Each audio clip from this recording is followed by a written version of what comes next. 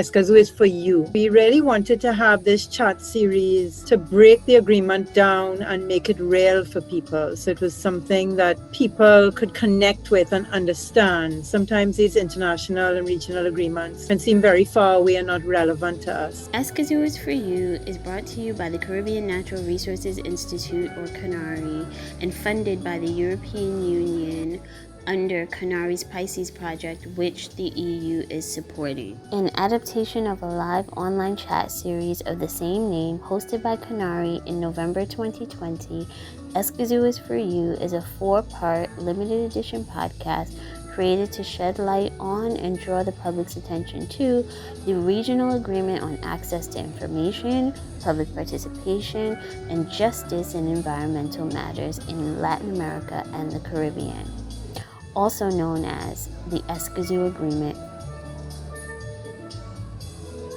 Escazú is for you is hosted by CANARI Executive Director and Trinidad and Tobago Escazú Champion Nicole Leotaud.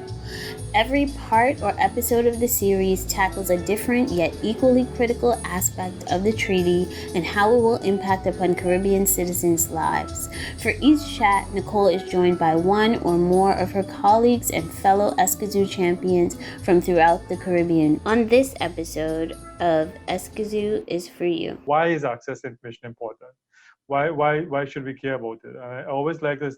There's a particular quote I like from an activist from India named Aruna Roy. Aruna Roy, if you ever look at her, if you get a picture of her, she looks like a simple grandmother in India, in villages in India, but she's a very strong, citizen-focused activist. And one of her greatest quotations that I love is very simple. The right to know is the right to live.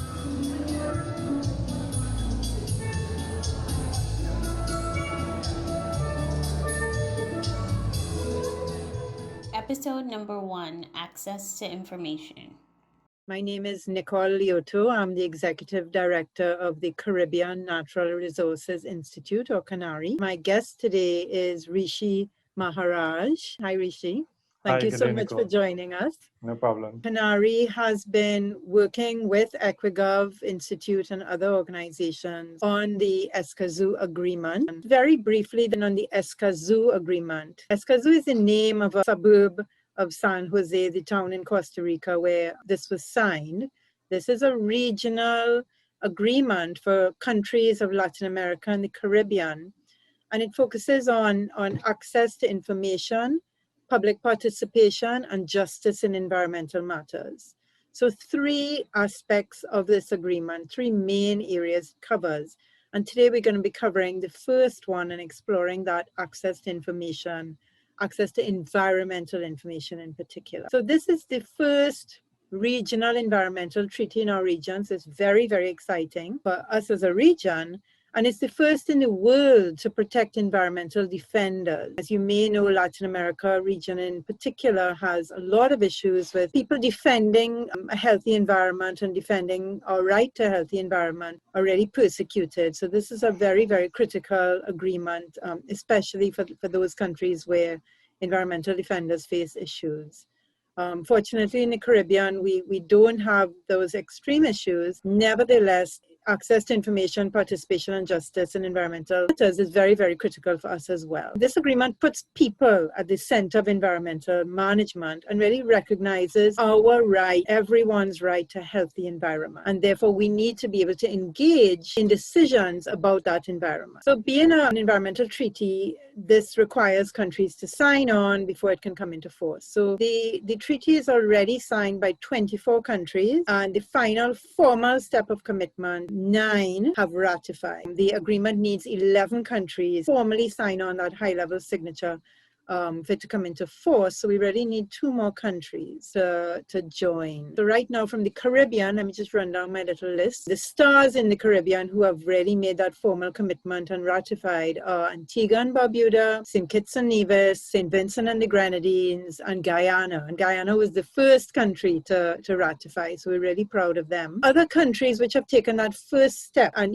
done the initial signature are Dominica, Grenada, Haiti, Jamaica, St. Lucia, and Belize. So congrats to all of them. So we're really seeing countries in the region step forward and say we are committed to engaging our public, our citizens in environmental decision making. Let me turn over now and introduce Rishi, because today we're focusing on access to environmental information, as I said. Rishi is Executive Director and Senior Consultant at the EquiGov Institute, which is a social enterprise that is developing practical solutions and creating space for critical thinking, combining values-driven consultancy, training, research, and learning across key themes such as data privacy, data governance, information access, transparency, and monitoring and evaluation. And we're so fortunate to have Rishi here with us. Rishi brings us 15 years of experience in the public and the private sector. And he has areas of expertise, including data protection, policy development, training and development, and transparency.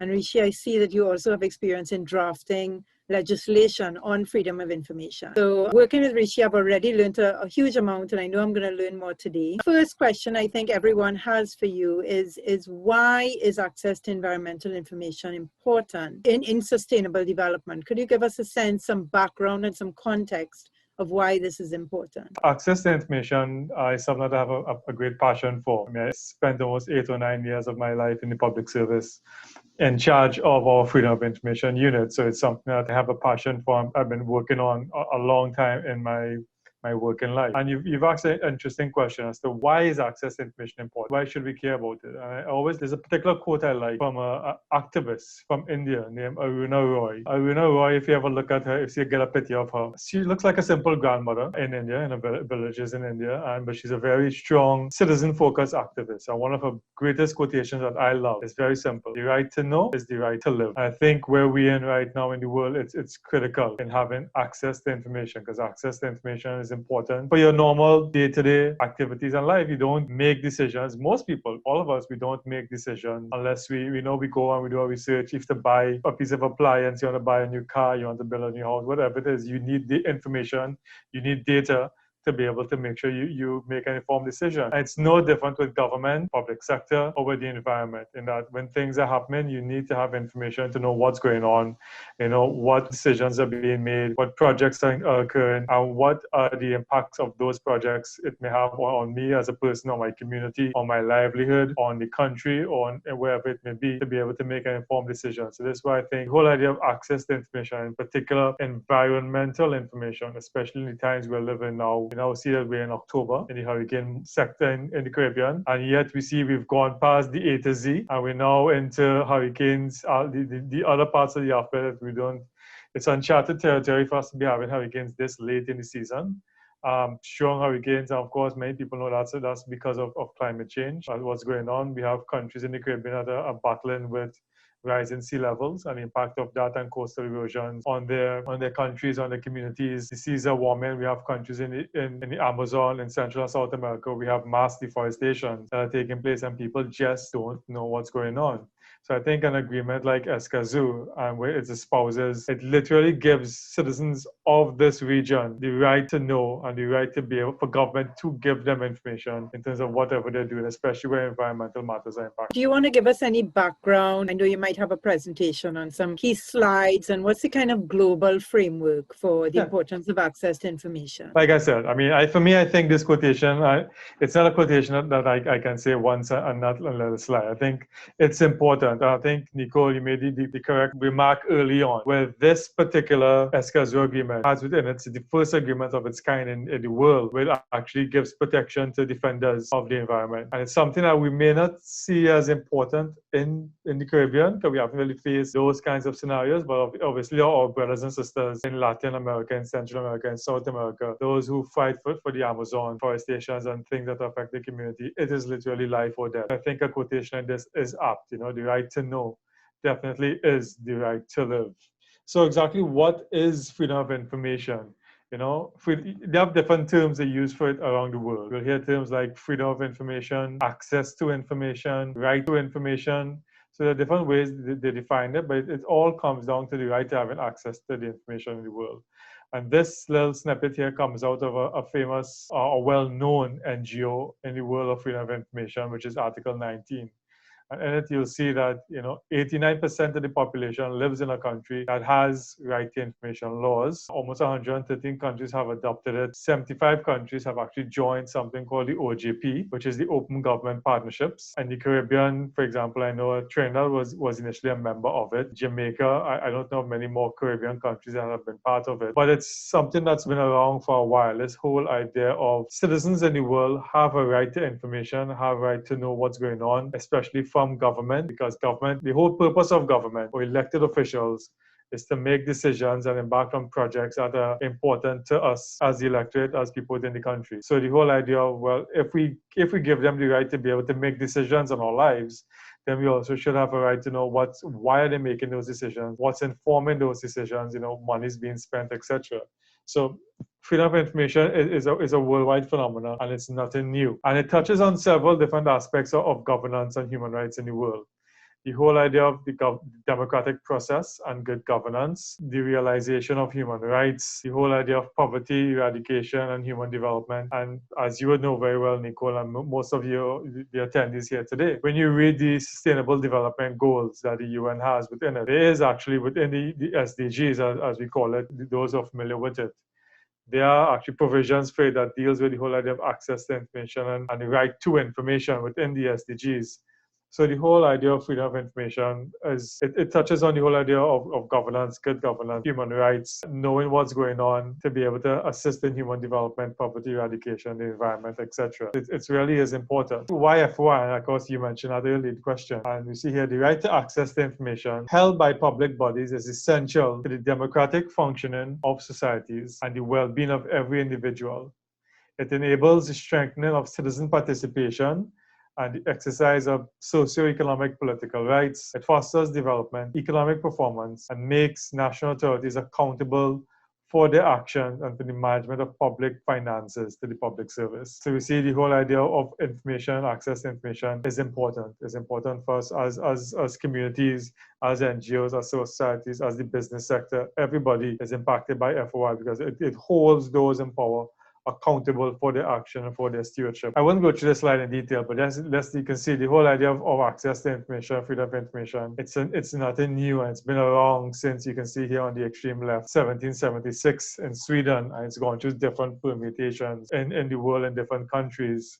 The US actually has their own FOI legislation passed in 1966. And we also have several countries within our region here in the Caribbean, Trinidad, Jamaica, Antigua, Guyana, I believe, I think St. Kitts and Nevis, all have freedom of information laws on their books. And the whole idea of freedom of information, for me, it's in two parts. When I worked for example, in the unit, and many public authorities would tell me, well, how can I avoid getting so much freedom of information requests from civil society members, from members of the public, or from political actors and stuff like that? How can I avoid that? And I always tell them the same thing. Be proactive in your approach to information dissemination. You have to be proactive. So FOI talks about two things. It's about being proactive and reactive. And the more proactive you are as a government, as a public body, as an entity, in terms of how you operate, the reasons why you do certain things, the amount of monies you may have spent on certain procedures, the procurement process that was involved. If you have certain things, for example, within the environment, EIAs, environmental impact assessments, or different plans for certain sectors in the community that will impact on the environment. Be proactive, put out the information, engage. Don't consult for consulting's sake, but consult in terms of informative discussions. And the more proactive you are in disseminating information out there in the public domain, the less reactive you'll have to be in terms of people coming to get information from you and looking to force it out of you, because then it seems as if you have something to hide. FOI, again, it talks about proactive, reactive. And the more proactive you are, then the less reactive you have to be in terms of dealing with information or people asking for information, because you've already put it out there, you've already engaged with people, with communities, with groups in order to get certain projects or certain things underway. And of course, it's also enshrined in international conventions. So Article 19 of the Convention on Civil and Political Rights says this very clearly. Everyone has the right to freedom of expression, and this shall include the freedom to seek, they have the freedom to look for, the freedom to receive, the freedom to get, and the freedom to impart or to give out information, ideas of all kinds, regardless of frontiers, either orally, in writing, or in print. So again, we have it's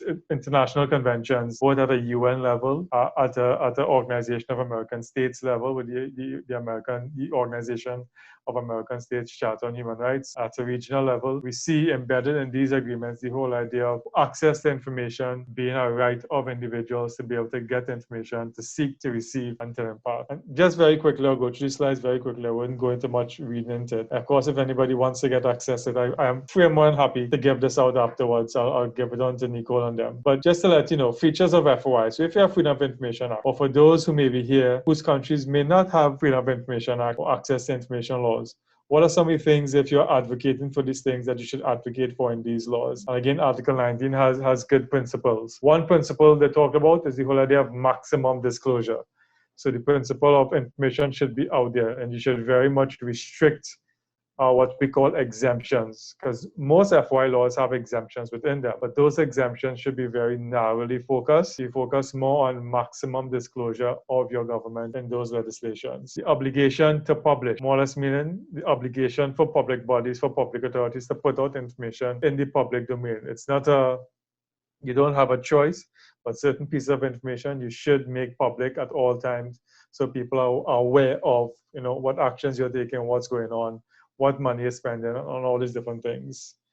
The whole idea of promoting open government. Open government is something that a lot of countries are now moving towards. That's why we have the OGP, the Open Government Partnership, where you have public bodies must now promote the whole idea of open government. And open government for me means it's a two-way street. It's about government talking to you, but it's about civil society and civil actors also playing an important role in working with government in something called co-creation. So you work with government hand in hand in doing certain projects, because I think we all can agree that nobody would be against development, but when developmental actions are taken one-sided and not everybody else, not the other key stakeholders are involved in the process, then you have issues. It's normally one-sided. So we're talking about open government, let everyone participate in whatever government is doing. Limit the scope of exemptions, like I mentioned earlier. Most laws have exemptions. Our laws, for example, in Trinidad, we have 11 exemptions, but those exemptions should be very narrowly focused in terms of how you can use them. And most laws, for example, also have something called a public interest test, which we have in Trinidad and Tobago, which more or less says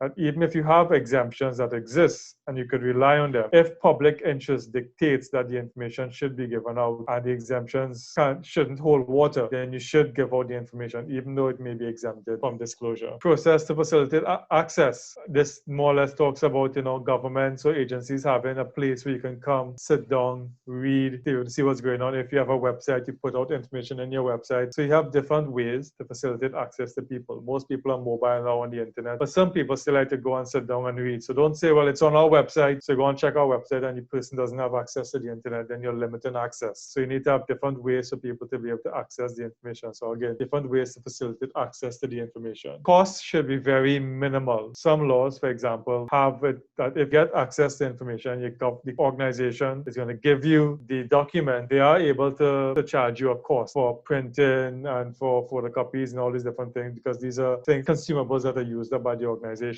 But if there are costs involved, the cost should be very minimal, so it doesn't restrict somebody. If something costs maybe $10, you don't charge them $150 for it, because obviously some people can't afford $150. So if you are allowed to charge costs, again, some laws allow you to, some laws don't, then the cost should be very minimal so as not to restrict people from getting access to the information. Open meetings, again, something that may be a little bit foreign to most of our public services here in the Caribbean, but having open meetings, if you have boards, having the board meetings open for a certain time period so people can come in, listen to you, listen what's going on, and also comment and participate in the meeting. So again, the whole idea of open government, open meetings, people being able to know what's going on for certain communities. It may be important if you have regional, local government agencies that they have their monthly meetings open, so you can go and sit down and listen and participate in those meetings and have a say in what's going on in your community. Again, disclosure should always take precedence over anything else. Protection for whistleblowers. We don't have it in our laws here in Trinidad and Tobago. Some countries either have it embedded in their laws or they have a separate Whistleblowing Protection Act. But again, especially in environmental matters, you have a lot of people, especially in the public sector, who may be aware of certain activities that are going on, but there's a fear of coming out and saying something because, you know, you can lose your job, you can get blacklisted, and there are other things that could happen to you. There's a fear for your livelihood, especially, I guess, in more, look at Latin, Central American countries and stuff like that. So again, most legislations may have built within it protection from whistleblowers so they can do it anonymously. Some other countries have separate whistleblowing legislation that gives protection for whistleblowers and who they can give the information to and be protected. So those are the 8 principles with freedom of information worldwide. So I just wanted that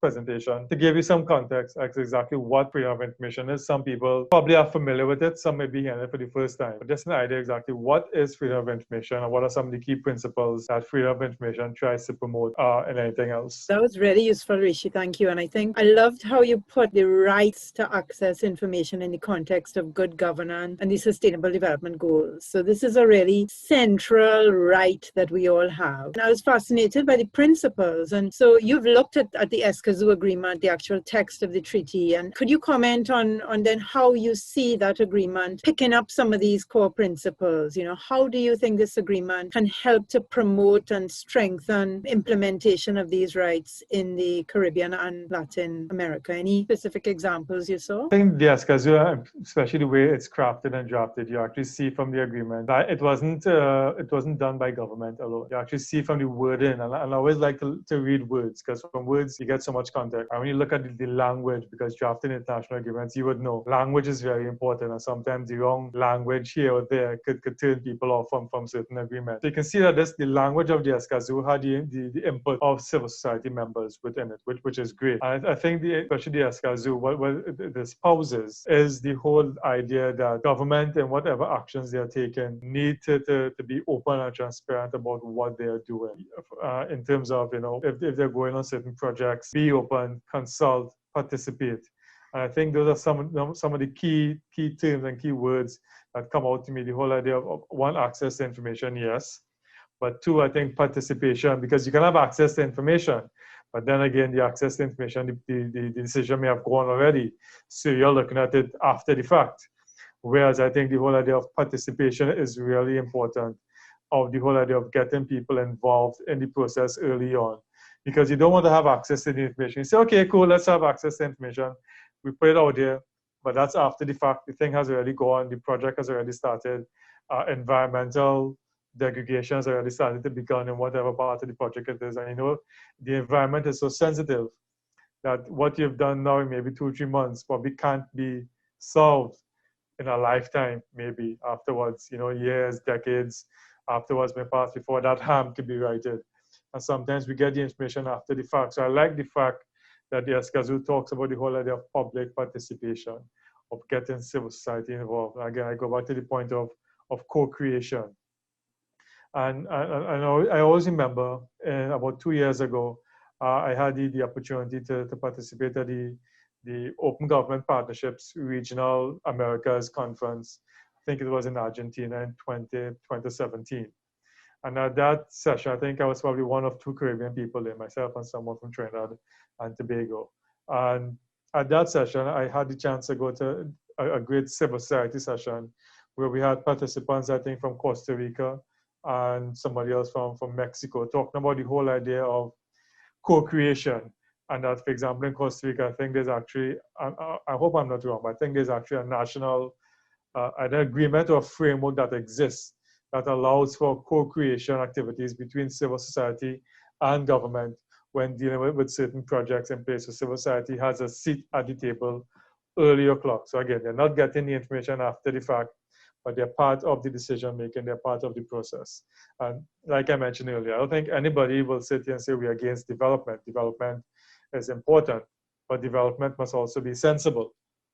And that, you know, you need to take other things in consideration. So again, I like the idea, especially in Costa Rica, where because civil society is at the table, and I think Costa Rica, I think we all know Costa Rica is probably one of the few countries in the region that is very great on environmental matters and the way that they work with the civil society organizations to ensure whatever they do, it harnesses the environment in Costa Rica. So I think those two things are really key about Escazú. And then the third thing is the whole idea of justice and making justice affordable and reasonable. Because the other thing with FOI is that some people say, well, okay, it's fine. I could file for requests, but if I don't get a request, then my only other avenue is to go to court. And most people don't have monies to pay for lawyers to go to court. It's expensive. And again, that also restricts people from doing certain things because, well, if I file a FOI request and I don't get it, I can't go to court. It makes no sense. So I think the whole idea of the Escazú trying to also to promote access to justice is also important, making it reasonable and affordable and not making it out of the reach of civil society actors. Yeah, you're so right. These three things link. First, you need the information. You need to be able to engage in the decisions and participate, and then you need to have some room to have recourse. But I know as a regular person, no expert, just looking at the agreement, I really liked the proactive, as you said, that the agreement outlined some proactive things that states should do to have information out there. Things like state of the environment reports every 5 years. Things like environmental information systems online, which it was fascinating to me. They listed the types of information that should be up there, even, things like lists of sources of pollution, lists of waste, lists of all the different government entities involved in environmental management with contact information. So I really liked that the agreement put some things out there that, suggested what government should do. It was almost like a checklist, of things that could be put in place. And the second thing I really liked, your reaction is, I like the very explicit attention to extra support for what they call vulnerable persons to access information. So, a lot of people are just very intimidated, don't know how to go into these systems and so on and submit forms to government, or I certainly don't know, I've never done it, but you can imagine somebody from a rural community, this is very intimidating. So I really like that the Escazú Agreement had things about having information available in different languages, in different formats. Not everybody wants to read a 1,000-word technical report, and providing vulnerable people especially support to access information. So, I don't know what you thought about that. Is that kind of extra support something you see as a standard practice globally, or you find this is something where the Escazú Agreement is really is really leading the way? I think the Escazú Agreement is learning from issues and problems that most countries have faced, or most activists have faced in countries. I'll give an example. I speak to Trinidad because I know the Trinidad case very well. And it's something that we've always faced when I was in the FOI unit in government, is that people will call you, and part of our job at the unit was to guide people, because most people will call, like you rightly say, and they're like, well, I want to find out about X, Y, and Z. I don't know exactly who should I make that request to, and we would guide them. Okay, so this is probably where you need to send the information to. We'll probably guide them also. And these are probably some of the things you need to help in phrasing your request, because some people don't know how to exactly, word their request. And then the other thing is, most people are like, okay, after we've gone through that, so we've told you who to send it to. We've also given you some general guidance as to how you should phrase your request. The other question now comes in, but can you send it in for me? Because I don't want to send it in myself. Because, there's a fear. Most people fear they'll be blacklisted. There will be, if it's people who probably work within the organization trying to get information to blow the whistle, that they could lose their job. These are real fears that people have, and they will normally come to us in unit and say, listen, can you now file this for me? Problem is, well, obviously we can't. I mean, we're part of the government. It's not our job. And I think that's really a fear that people have. And I think the Escazú Agreement picked up on that fear. The people who were part of the drafting learned on that. And that's why I think civil society can actually play a key role in helping that. There are certain civil society organizations that may be able to take up the slack and be that intervening force. I'll give an example, because when I left the unit, I think in 2015, when I left government, I started to work with an NGO called Disclosure Today. unfortunately, we don't exist anymore. But actually, disclosure, they eventually morphed into EquiGov Institute. So now that we don't exist, we actually evolved into what we are now. And disclosure to that time, our job at the time, we saw it as being that intermediary, that group or that organization that would be the middle person to work with organizations to be able to send FY requests on your behalf. So we will talk to you, we'll sit down with you, we'll look at the requests, whether those of our public interest matter or not. And then based on that, we will draft the request and send it in our name. So you get shielded, and we work with the organization to get the information. Then once we get the information, we pass it on to you. And we've had some successes with that. I think one area for sure that we had a grave kind of success, for those who may be familiar with the Trinidadian case, was the whole idea of sandals, where the government at the time was looking to get Sandals Tobago. So the government at the time was looking to get Sandals to come in and invest in Tobago and set up a hotel. Fine. Nobody could be against that. You're looking at investment opportunity, you're looking at job creations for construction and job creation in the service industry, looking for increased tourism and economic benefit to Tobago as a whole. All laudable good things. But they were looking to construct it in a place that had environmental sensitivity. I think one year it was Buku Reef and No Man's Land, which is a mangrove area in Tobago for people who don't know. But obviously you know the importance of mangroves in the environment and ecology. So we worked with an activist who was here at the time in Trinidad, still here, and we did some freedom of information requests on his behalf, just to, again, get the discussion going. What were the agreements put in place to get sandals to go in here? What was the procurement process? Have you done any EIAs or anything like that to be able to get this done? As well as from an economic point of view, is the government going to be constructing the hotel and Sandals managing it? And have we learned from our mistakes of previous hotels that the government has constructed, vis-a-vis Hilton, Hyatt, I think Magdalena and Tobago? And what are some of the learnings from that we can use to see exactly what we change this? To get benefit to the country. To get benefit, yeah. So it's about understanding the environmental part of it. It's about understanding the economic part of it. Most people, it kind of gets made people nervous, these questions that were happening. And of course, we engage civil society, we engage with social media, we had it out there, we had the media help us in promoting these ideas. I think eventually what came out of it, I think Sandals eventually thought it was probably too hot to handle, and they eventually pulled out of it, and they subsequently decided not to pursue it anymore. But again, it shows, well, again, we are not against sandals. Because people say, oh, you all against sandals, you didn't want development. The answer is no, we weren't against sandals. We just wanted to know certain pieces of information which we think were crucial and were being left out of the public discourse, to get information out in the public domain so people can have an informed decision making. And then stakeholders who should be involved get involved in the process. So again, that's a little example of, us being the middleman to be able to help in those things, which I think Escazú really sees it as critical and important. People not literally being fearful, and that's just a fact. Very interesting. That a model of civil society organizations playing a role as intermediary. That's a really interesting example. So this is not only for the state, for government to do and provide information, but what role does civil society have, and what role does the media have? In that example was really interesting. I also noted in Escazú Agreement, really interested to see some statements where the state should promote companies, the private sector, to disclose information on how their operations might have environmental and social risks.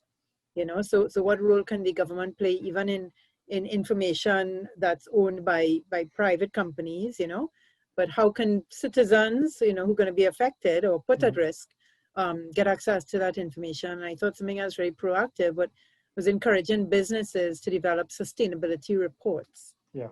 So this whole idea of being proactive, I think is really a key message I'm getting from this. But your example was really reactive, where information was not available to citizens, and we were all asking, what will this mean? What will it mean to have a major development on an area that's such an important part of natural heritage of our country? of our country, you know. So I think asking questions and having the right to access that information and understand what the impacts will be and be part of that decision. I want to leave enough time for questions and comments. So I don't have to take a little pause now and just check on that. I'm seeing one. Let me open it up. When did TNT sign on to the Escazú Agreement? If not yet, how can we advocate to have it done? So good question, anonymous attendee. We have not signed on. Trinidad and Tobago has not yet signed on. So I read out the list of countries earlier. I'll read it again at the end of the webinar. Rishi, just remind me. Trinidad and Tobago has not yet signed on. So the period for this two-step thing, the signing and then the ratifying, that period closed in September this year. So right now, countries need to do a one-step ratification. Accession onto the agreement, which is that very formal joining on. And I was going to say it at the end, but I could say it now. The signatories to the agreement, and I think it's 24, yes, 24 signatories, so countries have signed on. They will meet in early December, 9th to 10th, to start to talk about, you know, in anticipation of the agreement coming into force, of getting 11 countries to sign on and it coming into force, they will start to be talking about mechanisms for implementation. So that's really a critical meeting. And then, you know, Trinidad and Tobago friend, all of us in the Caribbean, all the countries that have not yet ratified or have not yet acceded to the agreement, we are really hoping in these last few weeks that we can encourage our governments to sign on and demonstrate to citizens, you know, their commitment to good environmental governance and putting people at the center of development and recognizing these rights that we have. We have rights to a healthy environment, we have rights to access to information, we have rights to participate, and we have rights to justice. So I'm gonna say that I answered that live. Omar Mohammed, one of our colleagues from Cropper Foundation, who will appear later in the series. What do you think are the benefits that governments can seek from increased transparency? Rishi, that's a question for you. Thanks, Omar. What benefits government can seek from transparency? There are so many. One will be trust. I think probably that's the main one, the whole idea of trust. Right now, many people in the Caribbean, I think, there's a lack of trust in government, in governance on the whole, lack of trust in the public sector doing things for you, for your benefit. So I think one of the greatest things that we can have in transparency is the whole idea of trust. Trust in government, trust in governance, trust in the systems that we have are working. Because I mean, right now we have that happening throughout the world, where, you know, governance is coming under great problems. Another thing we can have with increased transparency, especially I think now in a post-COVID world, which we're living in right now, is better use of resources. Because right now, obviously, every country in the world now is facing scarce economic resources and scarce problems. You now have limited money or limited resources to spend to do certain things. So with increased transparency in terms of how you're spending the money, who is getting the contracts from a procurement point of view, engaging in, like I said, engaging with stakeholders early on in the process to plan certain things. They don't have to come back after the fact and implement or do other things that may cost money, or go to court and be litigated again, which also costs money. It's also a very good cost-saving measure, you know, transparency, because you know, get people's input early o'clock, you know, design things properly. Another benefit obviously coming out of transparency out of that statement is you have proper projects and proper plans, because now, you know, you don't have things going on after the fact. You know, people are more involved in the process.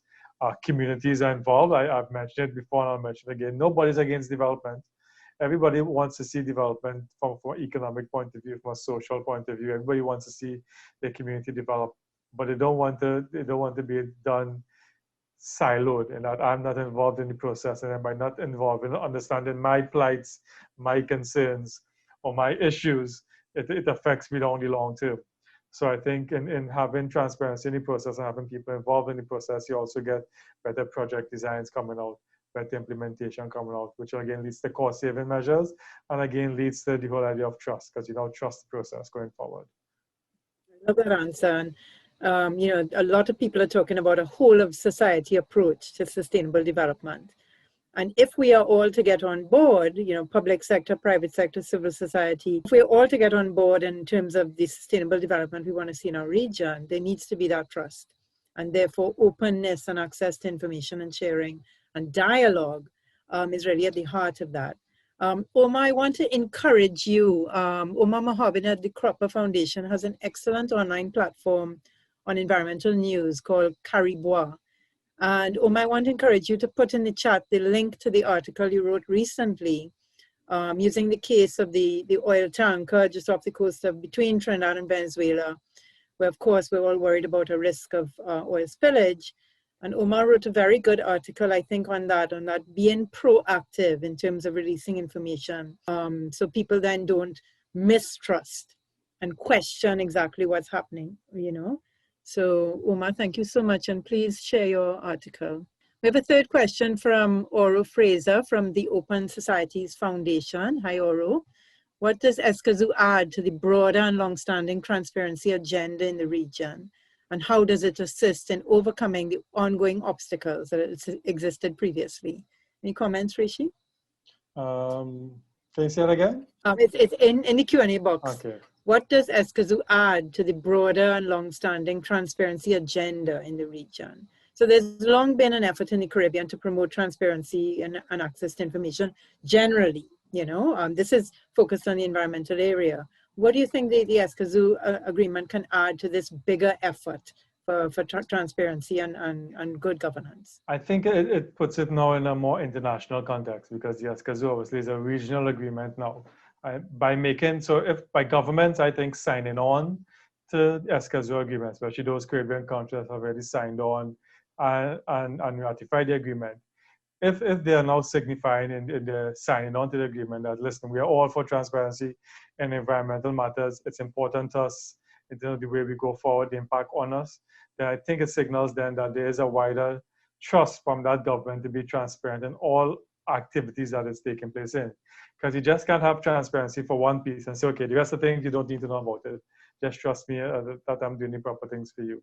I think, if countries or if activists in those countries can see their government signing on to the Escazú Agreement, then it signifies to them that, listen, this government may be serious about being transparent in other matters, and maybe we can now advocate in our countries for certain pieces of legislation if they are not there as yet with regards to access to information and transparency and different things that the government does. So I think it sets a broader, like I said, a regional agreement on transparency, environmentally based.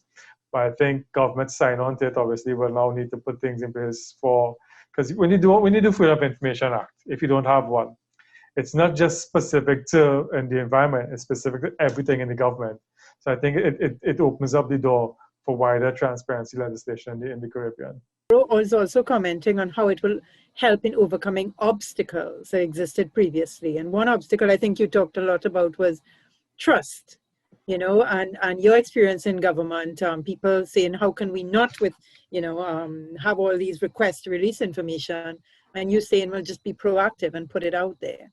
So I think I really like the kind of checklist of things that the Escazú Agreement suggests that states do, that parties that join do, and says, have these things there, have a regular state of environment report, have an independent review on environmental performance, have an environmental information system online and accessible.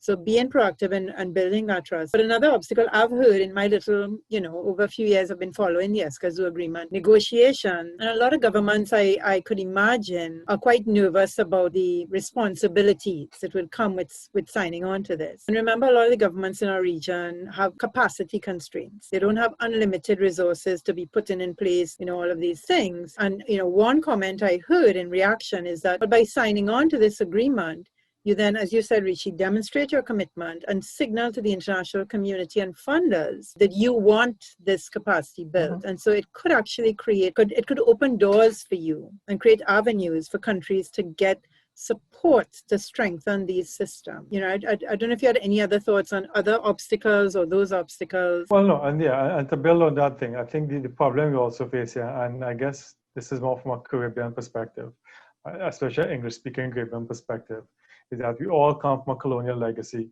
And most of our governance systems are relics of our colonial legacy.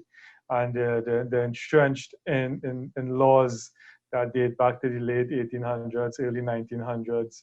And our colonial legacy was one of secrecy, was one of not giving out information. And that legacy has been entrenched in the culture of organizations. I mean, Trinidad and Tobago, we've had our Freedom of Information Act around since it was passed in 1999, was fully proclaimed in 2001. So we're close to almost 20-something years, or almost close to 20 years of the act being, next year will be 20 years of the act being in existence and formally operationalized. But still we have that culture existing or ingrained in organizations of not giving out the information. So I think, you know, something like the Escazú can also lend to breaking that culture. And it's a big culture change.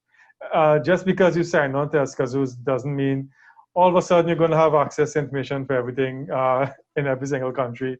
Environmental matters are not going to be open and transparent. I'm sorry to tell you, no, it's not going to happen, because there's still that culture that exists within our public sector. I think I can speak very soundly for the Commonwealth Caribbean in terms of that culture of secrecy that exists. So it's going to take a lot of work, a lot of, like you said, capacity building, training, and culture change management to get us away from that inherent secrecy that we have built within us, especially within our public sector. So it was a great comment on culture change. And as a civil society person at heart, you know, I feel we need to meet government halfway. And really encourage a relationship of mutual trust and respect. But, you know, just to comment on the Trinidad and Tobago situation, a lot of people are quite surprised that Trinidad and Tobago has such a strong framework of laws and policies and systems already in place that really are meeting the intentions of the Escazú Agreement on freedom of information, you know, access, participation and justice, yet Trinidad and Tobago has not signed on. So I think your points on this culture change and really demonstrating that willingness is really important. And certainly we're hoping that Trinidad and Tobago government will recognize that it has a lot of strengths and really be open to joining the agreement. And we're all advocating for that. We have 3 more questions very quickly. Chris Davies, how many more countries need to accede? So we have 9 so far, we need 11, so 2 more. And 15 countries are, let me say, halfway there. 15 countries have signed on. They have not gone the further step of accession or ratification, but 15 others have already had that initial signature and say, hey, this is something we are interested in. So we're hoping some of them, and we're hoping some other ones, you know, can just jump right into this very, very important agreement. Or I'm going to save your follow-up question. So let's give Laura a chance. Laura has asked, what about disclosure of information on climate risk? So at the start, you know, Rishi, you were talking about the importance of climate. There's a problem here in countries, businesses not necessarily wanting to disclose and share this information as it could have negative repercussions on the country or business profile, credit quality downgrading. How does the treaty encourage entities to share information on climate, environmental risks and impact? And so the treaty does have a specific little clause on this, on encouraging sharing of information. I'll pull up the exact wording while you respond to that, Rishi. I mean, I know countries may be fearful of it, saying, well, you know, it puts them in a bad light, you know, from a financial point of view and stuff like that for investors and for donors and stuff like that. But the whole idea of identifying risk, if you look at risk management in its pure form, risk management says you identify the risk and then you find ways now to mitigate or to deal with the risk. And I think, you know, if government is again more open and transparent to it, it allows for other actors to get involved. I think that's sometimes the problem we face, that at least I've seen it in my years of working in the public sector, is there always seems to be this antagonistic nature between government and civil society. You know, it's a tug of war going on between civil society and government when it should not be so. I don't think it is so. I think civil societies sometimes act or behave the way they behave is because they're not getting the information they need to be able to make informed decisions, and government is not giving out that information. So I think in putting out the information, they're making it publicly available. Or if you don't want to make it publicly available, start engaging with civil society actors who may be a little more knowledgeable of it, or who probably help you and guide you in finding ways to mitigate this risk. I know people talk about the private sector, and laws are changing throughout the world. So I'll give you a good example. In South Africa, for example, which is fascinating. South Africa's Freedom of Information Act actually impacts on both the government and also on the private sector. There's actually a part of the act that actually touches on the private sector, being you can now make freedom of information requests to the private sector for certain things that may be in the public interest. And of course, environmental matters definitely would be in the public interest. So we're now seeing a shift in freedom of information laws worldwide. I think South Africa and Mexico are two good examples of that, where they're realizing that it's not only government that needs to be transparent with their actions, but also private sector organizations, especially where it impacts on the public and on the public interest. So that is also starting to make some movement in the world. And Laura, just to let you know, Article 6 of the treaty, number 3G, talks about, this is about countries creating environmental information systems. And they say that climate change sources aimed at building national capacity should also be included in environmental information systems. So clearly I get the sense they haven't expounded on that one. It may have been ticklish, but at least there was some recognition of the importance of doing that. And there are things about including pollution sources and waste and other important and quite sensitive information. So I think the general thinking is this is important information to have available. Auro had a follow-up question. What is your view on compliance with existing freedom of information legislation in the region? And I want to just challenge you to give me a score from 0 to 10. 0 being zero compliance and 10 being perfect compliance. What's your sense in the region of where we are? Probably 4.5. Yeah. So more work to be done. So it comes back to that whole culture that exists within, politicians, within the public sector itself, not wanting to give out information. So that culture change, like I said, it's one thing. Many people think, okay, we've passed the law, but passing the law is not a panacea. It's not going to solve everything. It's now working with the institutions to be able to institute that new way of thinking within them. I think that has not happened, definitely hasn't happened in Trinidad and Tobago. And I could probably think in most of the other regions that it hasn't happened fully at all. I think we still have a lot of work to be done with regards to that. Tell me something, that score of 4.5, do you see movements suggesting to you that score is going to be increasing, or are we actually getting more distrustful and more insular? What's your sense of the direction of change? Is it positive or negative? I think it's probably stagnant, going on negative right now. I think we still have that problem we face still going on in the Caribbean, and that's, like I said, it's a culture change, it's a change management issue that we really need to address seriously. Clearly, that is really a wonderful wrap up. I think this is why we're having these chat series. Really, we all need to then get involved. Escazú is for you, it's for me and you, to take action and really get that movement going, to push for and to support and do what we all can to call for enhanced access to environmental information and other information, including through getting our governments to join this important regional treaty. So just in wrapping up, to think about what we can all do, and access to information for local communities, for marginalized groups who are impacted on development. Escazú is for you. It's to give you those rights and those opportunities to ask for information about decisions and developments that will impact on you and your quality of life. Media, civil society, Escazú is for you. You have responsibilities to be watchdogs of good governance in the country. Public officials, Escazú is for you.